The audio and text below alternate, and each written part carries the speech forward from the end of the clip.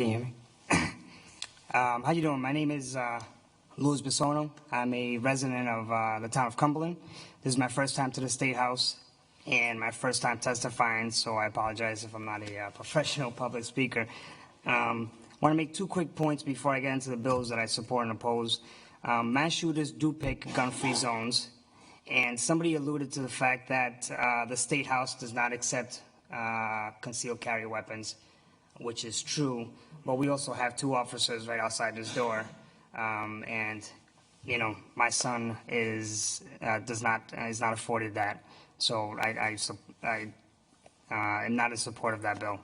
At first, I want to oppose H 7199 that restricts magazine capacities to 10 rounds. I've heard arguments from those who support the bill, but I kind of want to provide a few countering statistics to hopefully, give you guys my stance on it. If you do a search online for the deadliest mass shootings in U.S. history, you usually find a list of 30 of the top in descending order based on the number of casualties. I don't want to go over all 30, just skim over a few facts on the top. The number one deadliest mass shooting, of course, 2007, Virginia Tech.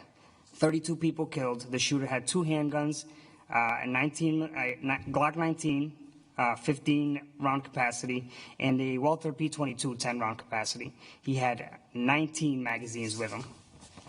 Number two, Sandy Hook, 26 people killed. I know this is the one that gets everybody really hyped up, and it's the one that sparked the latest proposed bans on modern sporting rifles and high-capacity magazines. The only thing I want to point out about this is that the authorities determined the shooter reloaded multiple times, leaving magazines with more than half of the rounds still in them.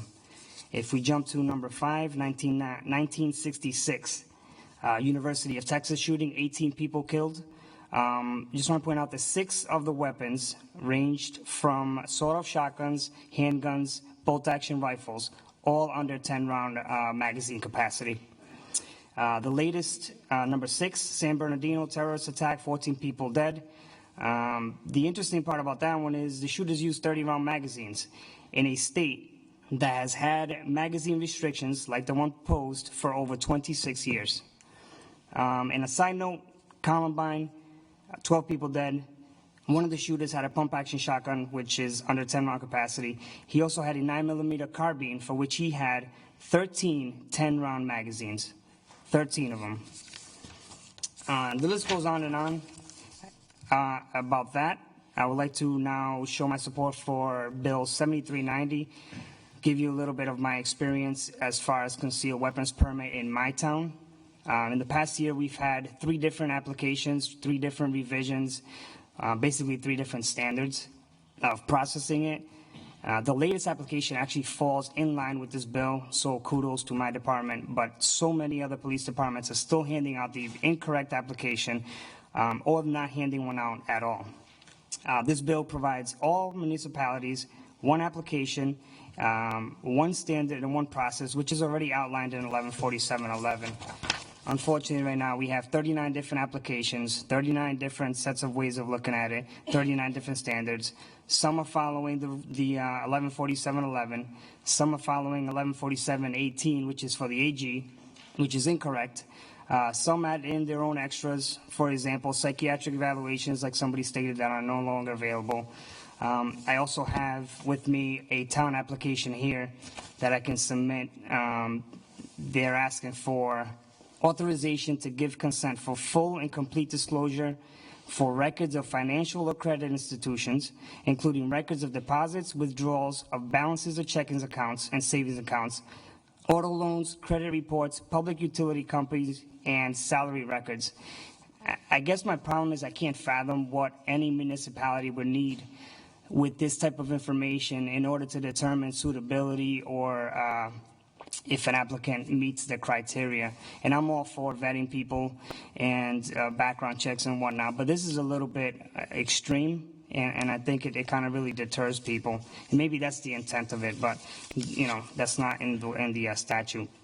I'd also like to point out that once you're issued, if you're issued, a permit holder can carry in a municipality that doesn't even issue. So I don't really understand the premise that, we're going to keep our citizens in our towns from carrying when somebody can just, come from another town that's already vetted somebody. Also, the bill outlines reasonable timeline that can ensure an applicant can actually have their application looked at, processed, not in limbo for months or years, or sometimes not even receiving a response. And I just want to point out that some police departments right now, as early as 2 weeks ago, receive, process, and make a decision on that in an application in less than 2 weeks, which is great. Not expecting that from every town, but it kind of sets the tone and debunks the myth that, it's burdensome on some of these departments.